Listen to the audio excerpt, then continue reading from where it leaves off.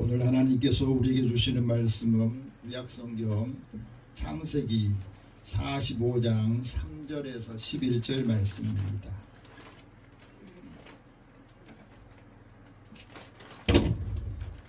여러분이 갖고 계신 성경은 창세기 72면입니다. 우리 같이 이 말씀을 읽으면서 하나님께서 요셉을 통해서 또 야곱을 통해서 우리에게 주신 말씀을 받고 듣기를 원합니다. 함께 읽겠습니다. 요셉이 그 형들에게 이르되 나는 요셉이라 내 아버지께서 아직 살아계시니까 형들이 그 앞에서 놀라서 대답하지 못하더라. 요셉이 형들에게 이르되 내게로 가까이 오소서. 그들이 가까이 가니 이르되 나는 당신들의 아우 요셉이니 당신들이 애굽한 자라. 당신들이 나를 이곳에 팔았다고 해서 근심하지 마소서. 한탄하지 마소서. 하나님이 생명을 구원하시려고 나를 당신들보다 먼저 보내셨나이다. 이 땅에 2년 동안 흉년이 들었으나 아직 5년은 밭갈이도 못하고 추수도 못할지라. 하나님이 큰 구원으로 당신들의 생명을 보존하고 당신들의 후손을 세상에 두시려고 나를 당신들보다 먼저 보내셨나니 그런즉 나를 이리로 보내니는 당신들이 아니요 하나님이시라. 하나님이 나를 바로에게 아버지로 삼으시고 그 온 집의 주로 삼으시며 애굽 온 땅의 통치자로 삼으셨나이다. 당신들은 속히 아버지께로 올라가서 아뢰기를 아버지의 아들 요셉의 말에 하나님이 나를 애굽의 전국의 주로 세우셨으니 짓지 말고 내게로 내려오사 아버지의 아들들과 아버지의 손자들과 아버지의 양과 소와 모든 소유가 고센 땅에 머물러 나와 가깝게 하소서. 흉년이 아직 5해가 있으니 내가 거기서 아버지를 봉양하리이다. 아버지와 가족과 아버지께 속한 모든 사람에게 부족함이 없도록 하겠나이다 하더라. 전하소서. 아멘. 잠깐 기도하겠습니다. 사랑의 하나님, 믿음의 사람들이 한 주간 살면서 하나님의 사랑을 많이 받고 그 사랑을 함께 나누면서 하나님의 살아계심과 또 은혜 주심을 전하게 하여 주옵소서. 이 말씀을 들을 때 주의 음성을 듣고 그 말씀을 통해서 회복이 되고 하나님의 살아있는 그 역사의 주인공이 되게 하여 주옵소서. 예수님의 이름으로 기도드립니다. 아멘. 옆에 계신 우리 서로 인사 나눕시다. 하나님 당신을 사랑하십니다. 하나님 은혜가 함께하기를 원합니다.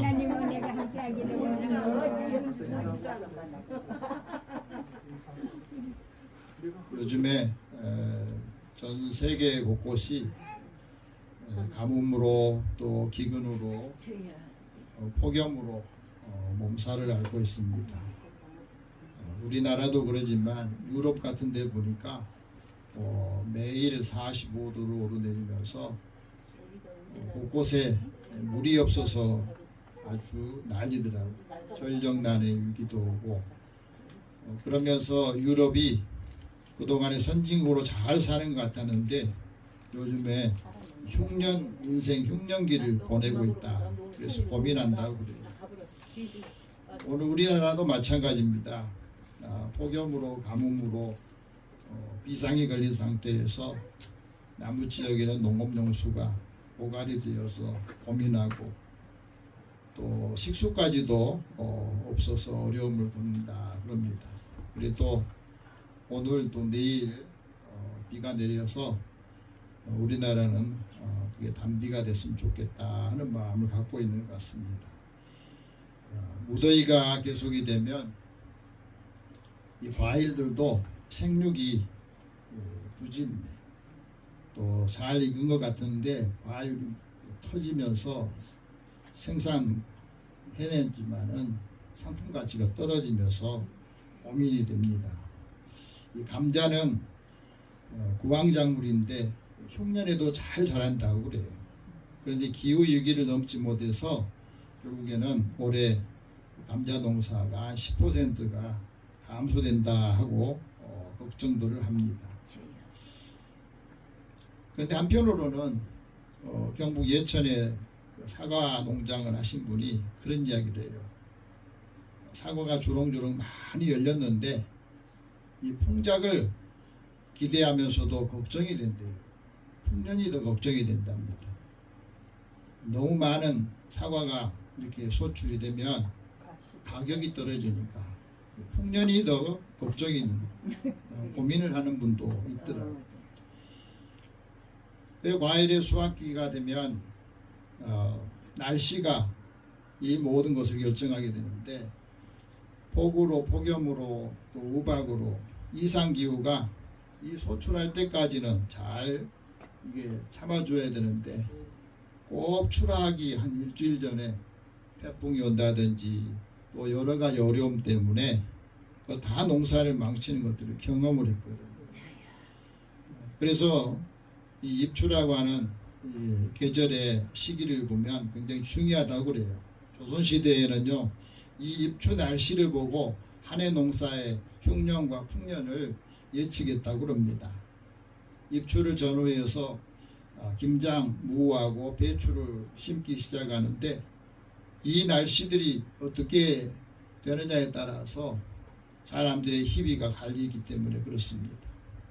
이웃나라 일본에서는 이 도토리가 흉작이 되니까 곰들이 이제 민가로 내려와서 사람에게 해를 끼치면서 올해만 들어서 172명이 죽거나 다쳤다 그런 이야기를 합니다. 우리가 살아가는데 지금 현재는 현대 인공지능 시대를 살고 있다 그래요. 그래서 인공지능 그 회사들은 호황기를 맡고 있는데 이 반도체 호황을 만든다고 해서 모든 국민들이 다 호황인 건 아니잖아요. 한쪽에는 호황이 되어서 초과 이익분을 배분해달라 하고 논쟁을 하고 있는데 그걸 바라보는 우리 산업통상부 김정관 장관이 다른 곳에 가서 강연을 하면서 이런 말을 써놨더라고요. 초과이익 분배로 갈등하는 것은 함께 망하는 길이다. 사람들의 심리가 풍년이 되면 더 쓰고 싶고 더 많은 걸 하고 싶고 일은 덜 하고 싶은 마음이 든답니다. 그런데 그렇게 되면 이 호황기 때에 투자를 하지 않으면 나중에 그 호황을 계속 지속할 수 없다고 하는 거예요. 호황기 때 많은 돈이 모아지면 그것을 자꾸 투자를 하고 다음을 위해서 준비를 하는 시기를 가져야 되는데 많이 벌었다고 해서 막 함부로 쓰고 다 나눠버리면 투자를 언제 하느냐.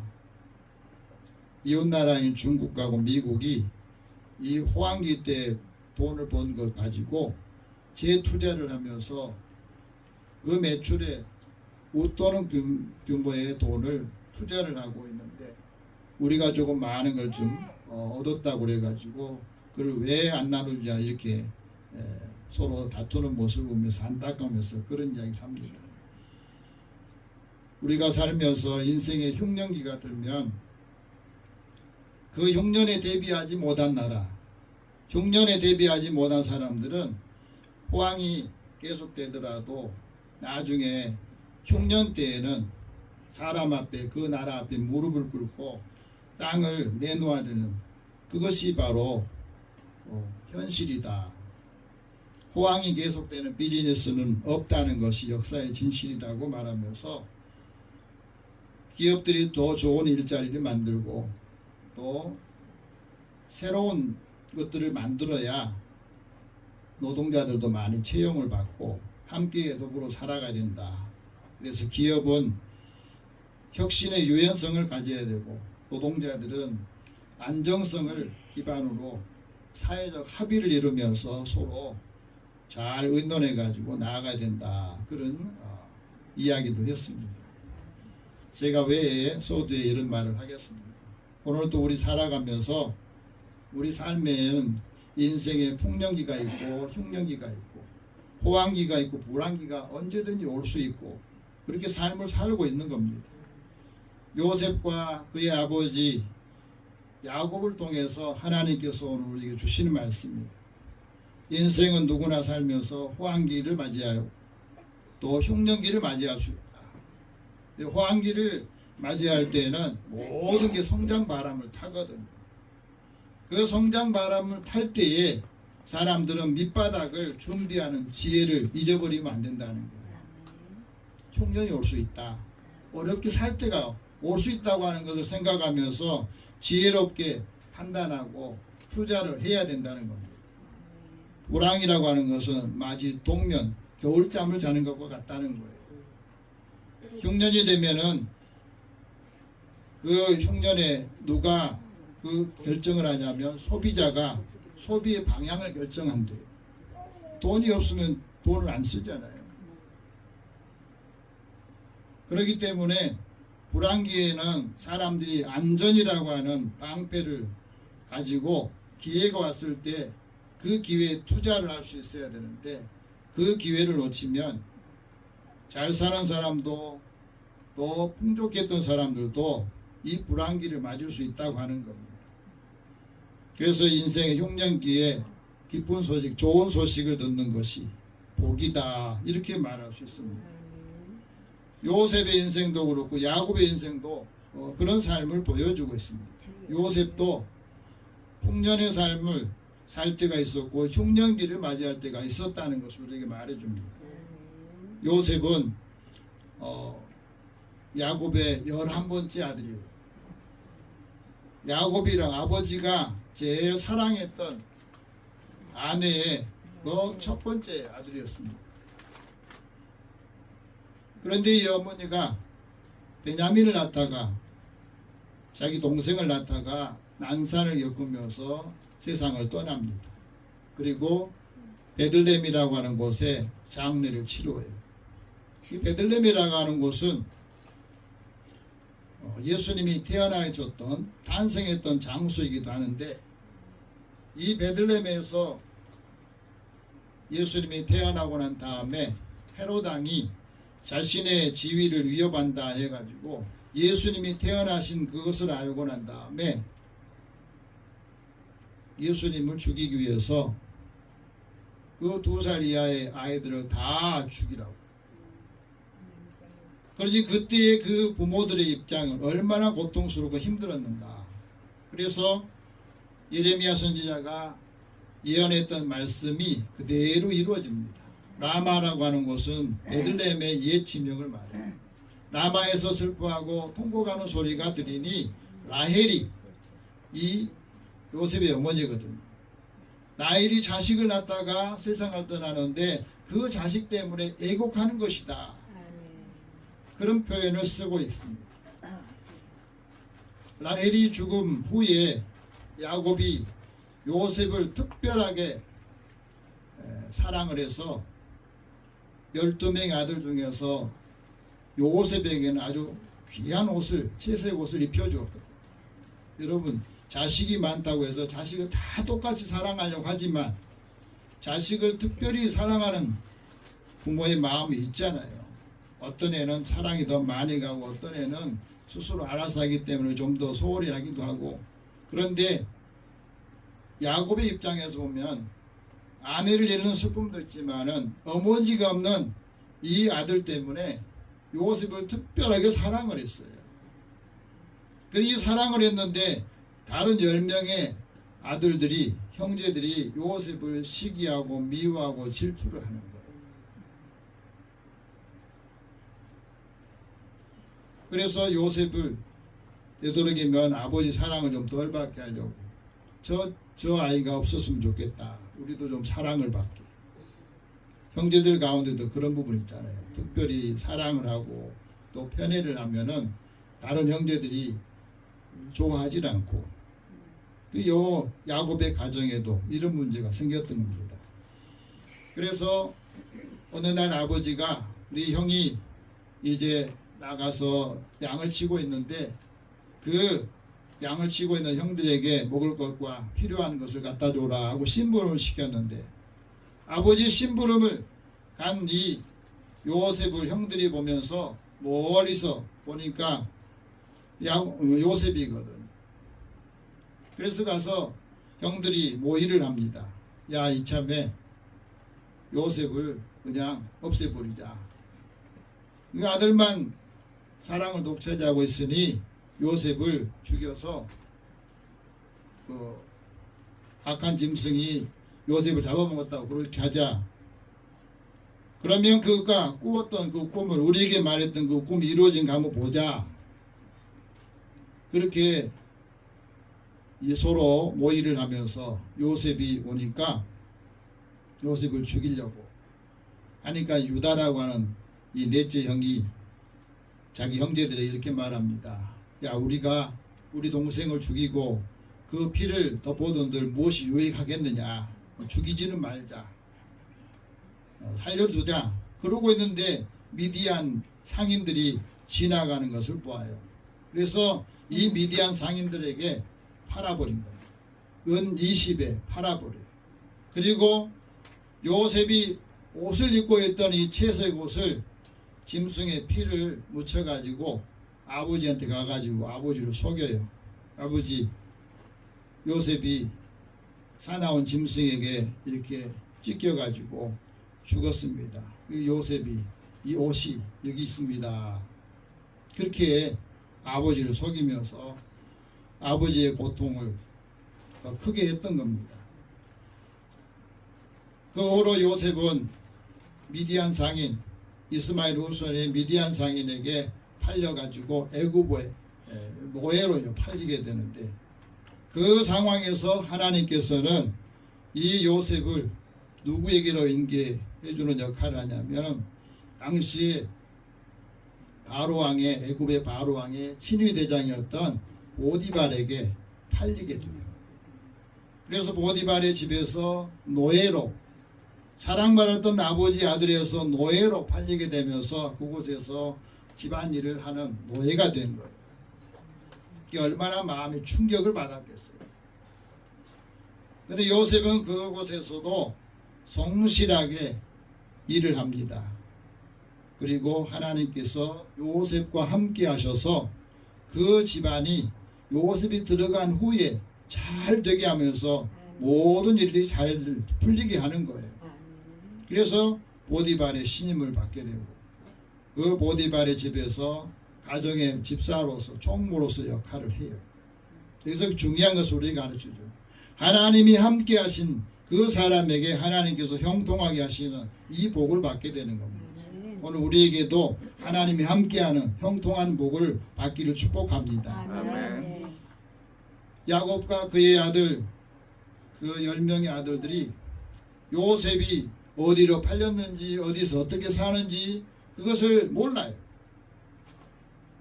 하나님께서 우리 형제들을 많이 이렇게 주신 것은, 형제들은 위급한 때를 위해서 주셨다고 잠언 기자를 통해서 말씀합니다. 여러분, 우리 형제들의 그 관계를 한번 보세요. 형제들이 서로 친밀하고 또 필요할 때 나누고 이런 관계인지, 아니면 아직도 형제들 간에 다투고 분쟁하고 또 갈등을 엮고 있는 형제들 우리가 갖고 있는지. 하나님은 우리에게 형제를 주신 목적은 위급한 때 서로 돕고 서로에게 필요를 채워주는 역할을 하라고 형제를 주셨다고 분명히 말씀하십니다. 그런데 요셉이 애굽에 내려가서 노예로 살면서 그가 성공하겠다고 하는 이 생각을 가질 수가 없는 거예요. 가나안 땅에 기근이 들면서 이제 야곱이 온 가족을 살리기 위해서 10명의 아들들에게 이 가서 우리의 양식을 좀 사오라, 그렇게 해서 10명의 아들을 보내요. 여러분, 우리가 인생을 살면서 인생의 풍년기에 되면은 사람들이 다 자기가 잘 살기 때문에 다른 사람 찾으려고 생각하지 않아요. 인생이 흉년기가 돼야 이제 다시 만남의 시간을 갖게 하신 겁니다.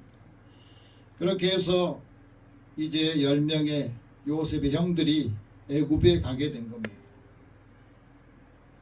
그래서 창세기 43장 1절 2절에 보면 이렇게 말하죠. 이 땅에, 가나안 땅에 기근이 들었으니 이제 너희들이 가서 우리 가족을 위해서 양식을 좀 사오라. 그리고 난 다음에 오늘 본문 3절이 이제 형들을 만나게 되면서 했던 그 말씀이에요. 요셉이 자기 형들을 알아보고 난 다음에 오늘 이렇게 말합니다. 너희가 어디서 왔느냐? 엄한 소리로 그에게 말해요. 너희들이 이곳에 정탐하러 온 거 아니냐? 하면서 요셉은 형들을 알아봤는데 형들은 요셉을 몰라본 거예요. 왜 몰라보겠어요? 요셉이 애굽에서 총리가 돼가지고 자기들 앞에 설 줄을 몰랐거든요. 기대도 안 했습니다. 우리가 살면서 인생은 기대가 없으니까 관심도 없는 거예요. 지금도 우리 형제들에 대해서 그 형제에 대한 기대가 없으면 아무 관심도 없는 거예요.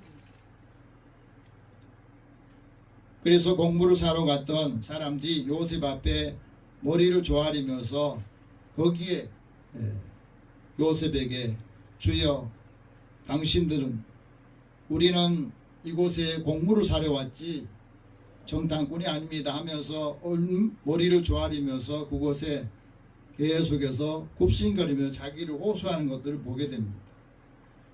거기서 자신들이 아버지가 누구인가 하는 것을 이제 표현을 하는데 우리들은 12형제입니다. 가나안 땅의 한 사람의 아들입니다. 막내 아들은 오늘 아버지 곁에 있고 또 하나는 없어졌습니다. 이 말을 하거든요. 요셉이 이 말을 들었을 때 마지막 하나는 없어졌습니다. 자신이 팔았다고 말 안 하잖아요. 우리들이 팔아버려서 그 동생은 없어졌습니다. 그런 게 아니고 여기서 하나는 없어졌습니다. 그 말을 들었을 때 요셉의 마음이 어떻겠어요? 10명의 형들이 왜 요셉을 알아보지 못했을까? 그는 미디안 상인에 팔면서 요셉이 애굽의 총리가 될 거라고는 기대했겠습니까?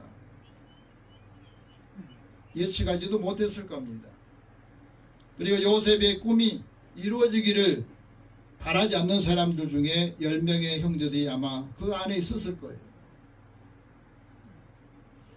요셉이 권력자가 되어서 총리가 되어서 자신 앞에 선 것을 두려워했던 것이죠. 그래서 우리 옛말에 그런 말이 있잖아요. 때리는 사람은 억울하고 고통스럽지만은 편하게 잠을 자지만 때리는 사람은 마음에 늘 짐을 지고 잠을 못 잔다 그런 표현을 하지 않습니까? 우리가 살면서 맞는 사람과 때리는 사람의 그 위치가 지금은 이제 바뀌어 있는 것을 오늘 본문을 통해서 보여주고 있습니다. 그래서 형들에게 자신의 입지를 말하기 전에 형들에게 이런 말을 합니다. 그 마음속에 복수할 마음, 한풀이 할 수 있는 마음이 있었다면 그 형들을 거기서 징계를 했을 때인데 그런 마음이 하나도 없었어요. 그건 바로 하나님께서 자신을 이곳에 보냈다고 하는 그 섭리를 그는 인정했기 때문에 그렇습니다. 오늘 본문 3절 말씀 같이 한번 봅시다. 같이 읽겠습니다. 요셉이 그 형들에게 이르되 나는 요셉이라 내 아버지께서 아직 살아계시니까 형들이 그 앞에서 놀라서 대답하지 못하니라. 이 한 절을 보면 요셉의 형들의 그 마음과 그 지금 서 있는 그 상태를 알 수가 있습니다. 요셉이 나는 요셉입니다 이 말을 했을 때 10명의 형들, 자신을 노예로 팔았던 10명의 형들이 어떤 마음을 가지고 있느냐. 내가 요셉입니다 할 때 아마 요셉의 형들은 아무 말도 할 수 없지만 그 마음속에 아주 복잡한 생각이 있을 겁니다. 우리가 요셉에게 했던 것을 생각하면 분명히 요셉은 우리에게 복수를 할 것이고 우리에게 나쁜 해를 끼칠 수 있을 텐데 우리는 지금 어떻게 내 마음의 그 짧은 순간인데 요셉은 그 말을 한마디 던져놨다가 형들의 마음은 그 고통에 연속했을 거라는 거죠. 나는 요셉입니다. 이 표현 속에 어떤 의미가 달려있느냐? 내가 노예로 팔리고 수모를 당하고 고통스러운 세월을 어떻게 보내줬는지 형들은 알겠느냐? 이제 과거의 흉년의 인생을 살아갈 때마다 원망과 분노하면서 내가 이제 형들에게 복수할 차례다, 이런 마음을 형들은 갖고 있었을 수 있어요. 형들이 나한테 해악을 끼친 만큼 나도 갚아줄 거야, 그런 마음을 형들은 가졌는데 요셉은 그런 마음을 전혀 갖지 않았다는 거예요. 이것을 통해서 우리는 두 가지를 알게 돼요. 요셉의 마음에 그 분노나 그 고통스러운 과정을 어떻게 해결했느냐 하는 거예요. 그것은 그가 5절 말씀에서 이렇게 말합니다. 나는 하나님의 섭리로 내가 이곳에 왔다는 거예요. 형들이 나를 팔아서 내가 애굽에 온 것이 아니라 형들을 이 과정을 통해서 하나님이 먼저 이 흉년의 시기를 준비하기 위해서 나를 보내셨다, 이렇게 표현한 겁니다. 그러니까 당신들 마음속에 이 고통과 근심하지 마라는 말이에요. 5절 말씀 같이 봅시다. 당신들이 나를 이곳에 팔았다고 해서 근심하지 마소서, 한탄하지 마소서. 하나님이 생명을 구원하시려고 나를 당신들보다 먼저 보내셨습니다. 여러분, 고통의 모든 수모를 겪으면서도 이런 마음을 갖기가 쉽지가 않죠. 형제간에라도, 지금도 형제간에 마음에 그 짐들을 갖고 있는 가족들이 많이 있어요. 형이 나에게 이렇게 힘들게 하고 나를 노예로 팔아버렸을 때 그 마음의 상처를 갖고 있는 사람, 그 사람은 같이 만났을 때, 내가 성공했을 때, 인생의 풍년기를 맞이했을 때 그 형제들을 좋게 보지 않는다는 거죠. 근데 요셉은 그것을 초월하는 겁니다. 왜? 하나님이 나를 보냈다고. 하나님이 우리의 가족들을 구원하시려고, 생명을 구하려고 먼저 나를 보내셨다고 생각했기 때문에, 그렇게 받아들이기 때문에 형들에 대한 미움이나 그 복수할 마음이 다 사라졌다는 것을 우리에게 말씀하고 있습니다. 여러분, 우리가 인생을 살면서 인생의 흉년기가 되면 만나야 될 사람은 꼭 만날 사람을 만나게 되는 거예요. 풍년기 때는 그 사람 만나고 싶지 않은데 인생의 흉년기가 되면 만나야 될 사람은 꼭 만나게 되고, 우리가 육체적으로 고통을 겪고 육체의 흉년기가 겪은 사람들 중에 예수님을 만난 사람도 있어요. 예수님께서 회당에 들어가실 때에 한 손이 마른 사람이 있었습니다. 그 한 손 마른 사람이 예수님 만나러 왔어요. 안식일에 그것도 찾아온 거예요.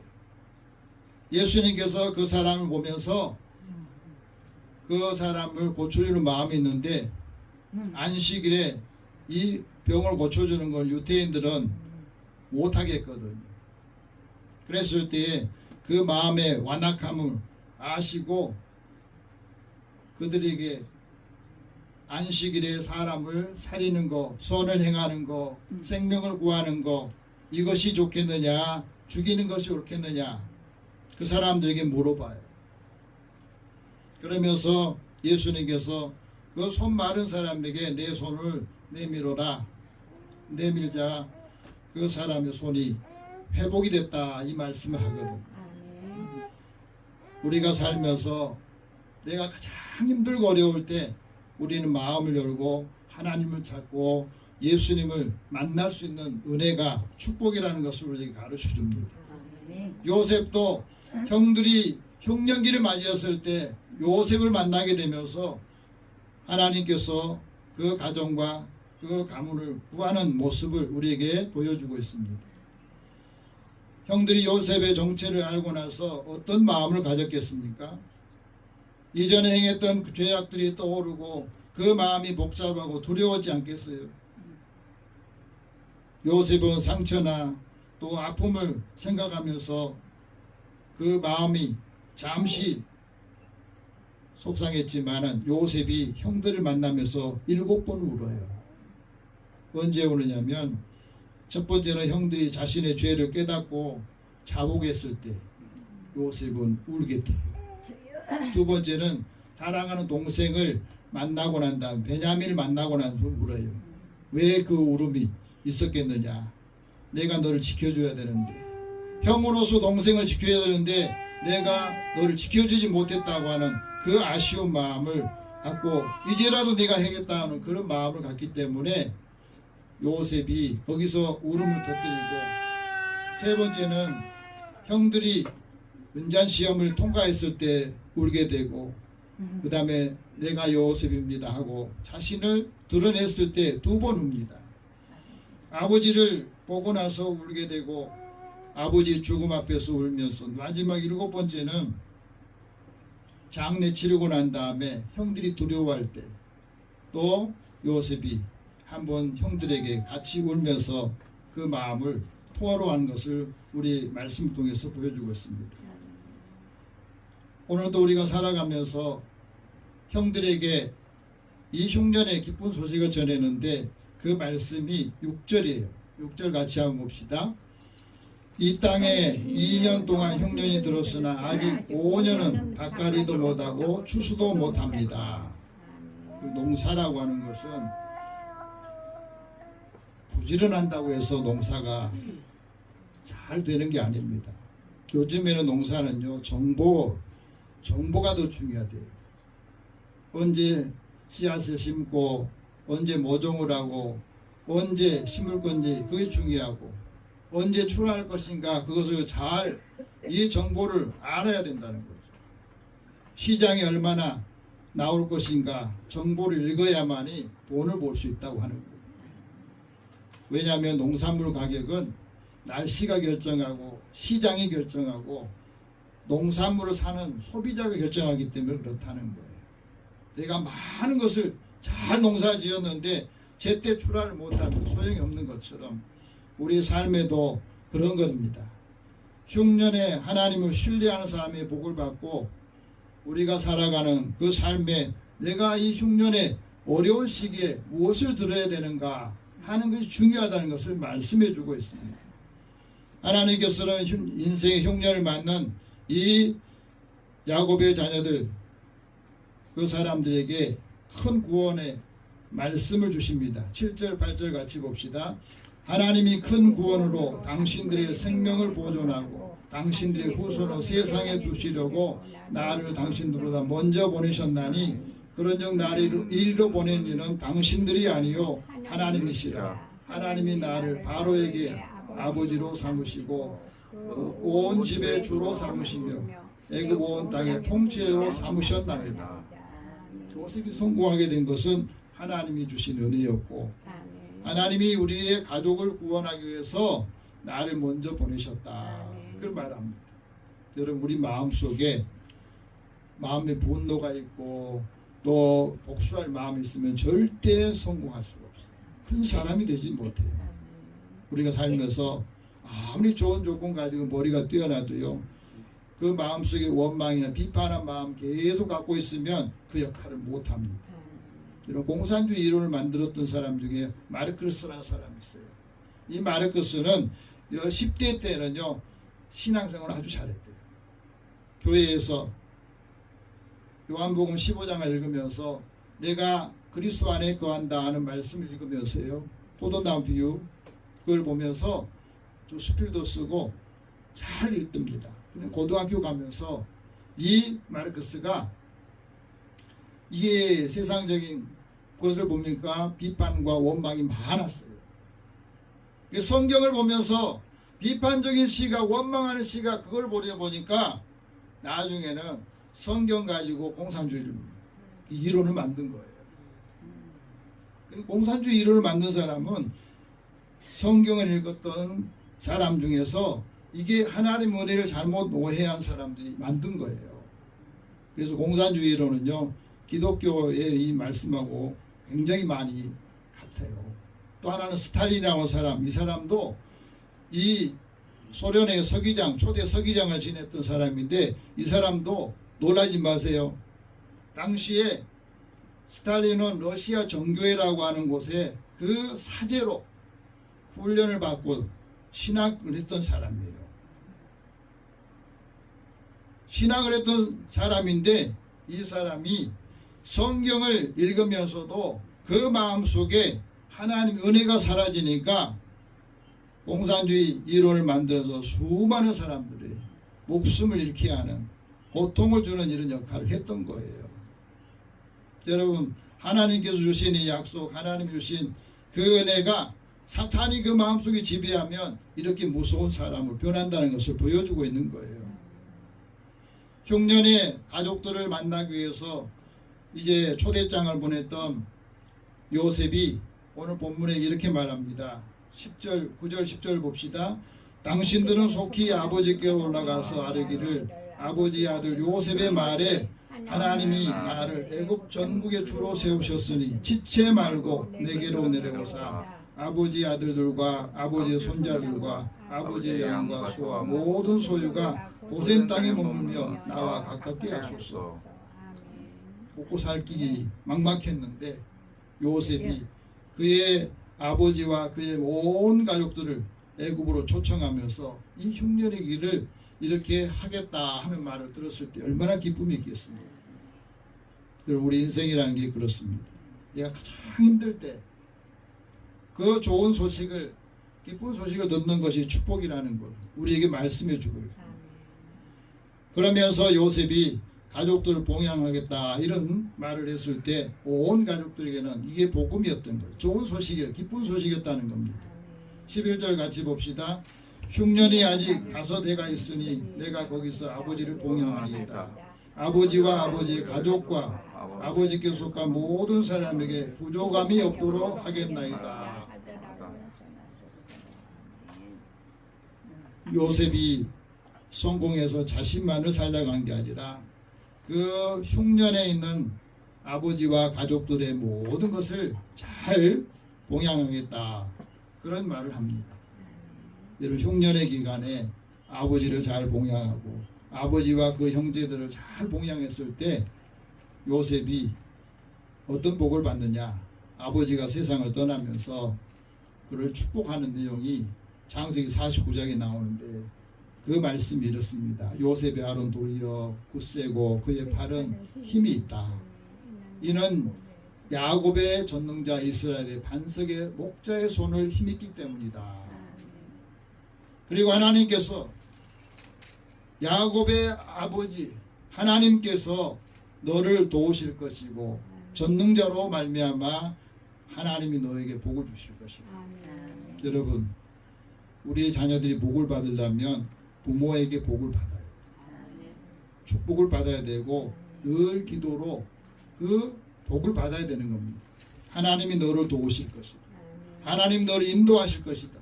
나를 인도하셨다. 하나님이 나에게 너에게도 인도해 주실 것이다. 이 축복을 많이 하시기 바랍니다. 오늘도 우리가 어려움의 순간에는 다투기를 많이 해요. 갈등도 많이 겪습니다. 그러나 흉년의 시기에 하나님께서 은혜를 주셨다고 하고 믿는 사람이 가족과 형제들을 또 부모를 잘 공경하여서 하나님의 은총을 받는 믿음의 가족 되기를 축복합니다. 기도하겠습니다. 살아계신 하나님, 우리가 살면서 돌아보면 인생에 풍년기도 있고 흉년기도 있습니다. 풍년기 때는 내 마음대로 내가 원하는 대로 살지만 인생의 흉년기 때에 하나님을 만나고 예수님을 만남으로 인하여서 그의 삶이 또 가족들이 형제들이 화목하게 되고 하나님의 영광을 함께 보는 것처럼 우리의 가정과 자녀들을 위해서도 축복하는 부모가 되고 또 함께 나누는 형제들이 되게 하여 주옵소서. 예수님의 이름으로 기도드립니다. 아멘.